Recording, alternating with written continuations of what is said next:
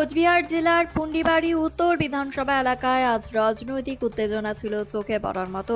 কারণ তৃণমূল কংগ্রেস প্রার্থী পার্থ প্রতিম রায়ের সমর্থনে প্রচারে যোগ দিতে উপস্থিত হন জনপ্রিয় অভিনেতা তথা সাংসদ দেবকে এক নজর দেখতে সকাল থেকেই রাস্তার দুই ধারে ভিড় জমাতে শুরু করেন সাধারণ মানুষ, বিশেষ করে যুব সমাজ ও মহিলা সমর্থকরা।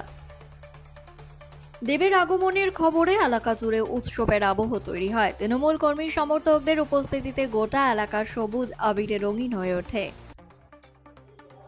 প্রচার মঞ্চে উঠে দেব বলেন, উন্নয়নের ধারা বজায় রাখতে এবং মানুষের পাশে থাকতে তৃণমূল কংগ্রেসকে আরও শক্তিশালী করতে হবে। তিনি পার্থ প্রতিম রায়কে ভোট দিয়ে জয়ী করার আবেদন জানান।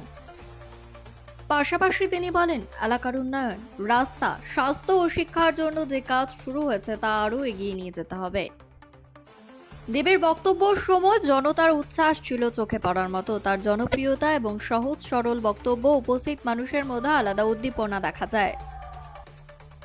অনেকেই মোবাইলে ভিডিও ধারণ করেন, কেউ আবার সেলফি তুলতেও ব্যস্ত হয়ে পড়েন। অন্যদিকে পার্থ প্রতিম রায় বলেন, মানুষের আশীর্বাদ ও ভালোবাসা নিয়েই তিনি ভোটের ময়দানে নেমেছেন।